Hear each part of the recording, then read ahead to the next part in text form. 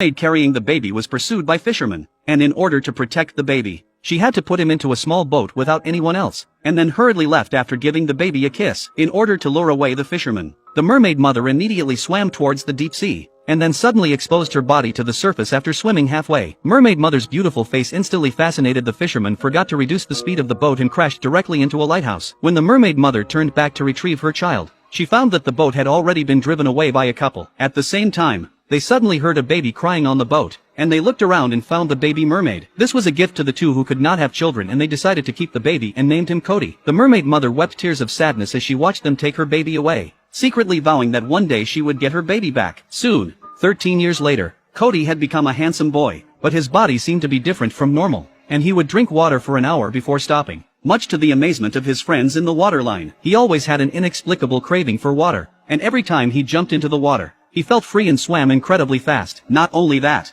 but his fingers would always emit electricity without him realizing it. But Cody thought it was just an illusion and didn't care. But on his 13th birthday, his best friend Jesse found scales growing on his hands. Cody noticed that as soon as his body touched water, scales would grow and disappear as soon as the water dried on his hands. Jesse thought that it might be a rejuvenation of the human race and invited Cody to his home to study it with him. Jesse's house was filled with statues of mermaids. Cody didn't know that Jesse's father was the fisherman who had hunted the mermaid mother. As soon as the man saw Cody, he felt a sense of déjà vu. When Cody asked about the mermaid legend, the man replied categorically that he had seen the mermaid with his own eyes and had been searching for her for 13 years. On his 18th birthday, a strange thing happened to a boy. When he touched water, his hands grew fish scales. When his hand touched the person he liked, a strong electric current would be generated inside her body and the girl's hair would float due to the static electricity without her realizing it. His hands would somehow develop a grip on the girl's body, and the feeling grew stronger every day. And the boy thought he'd watched too much Spider-Man. Downstairs, his parents suddenly heard Cody's cry for help, and when they entered the room, they saw their son hanging upside down from the roof with no anchor. The mother took Cody to the clinic for a checkup, and the doctor concluded that this was a normal part of puberty. But as his scales grew, his friend Jesse didn't believe it was puberty. He compared Cody's scales to pictures in books and realized that his scales resembled those of a fish. He asked Cody to try to talk to the fish, but the fish jumped out of the tank with a simple command. When he put a light bulb in Cody's hand, it glowed brightly. But Jesse couldn't believe that Cody was a mermaid.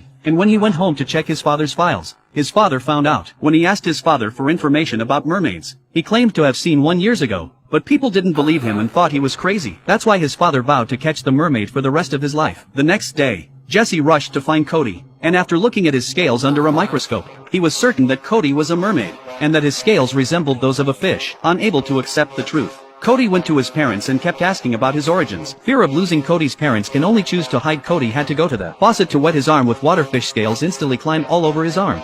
Seeing the scales on Cody's arm, his parents could only tell the truth, saying that Cody had suddenly appeared on the boat when they were sailing. Cody went to the sea where he was found. The boy's arms suddenly sprouted fins and his feet turned into flippers as fast as the eye could see. The boy did not understand what was going on. The next moment was arrested. When he woke up, has been arrested on the boat. To see the boy's painful expression, the man rushed to get water to help him ease the pain. The fisherman turned around and saw that the mermaid mother had followed him, so he took Cody in order to catch the mermaid mother. At this time, Cody's best friend Jesse also followed him. He pulled the canvas off Cody's body and found that all his feet have become fish flippers. If he does not get into the water, he will die of dehydration. But the fisherman started the side of the big net ready to catch the mermaid mother, even though she knew it was a trap. The mermaid mother swam desperately for Cody's safety, and just as she poked her head out of the water, she was caught under the fisherman's net. The mother mermaid struggled desperately inside the net, but to no avail. Jesse jumped into the sea. With a knife he defied his father and cut through the net with the knife, and the mother mermaid escaped. When the fisherman pulled up the net, it was empty. But then the net fell into the water and got tangled up in Jesse, who was about to swim to shore. Jesse struggled a few times and was dragged into the water by the fishing net and soon lost consciousness. Seeing his son in trouble,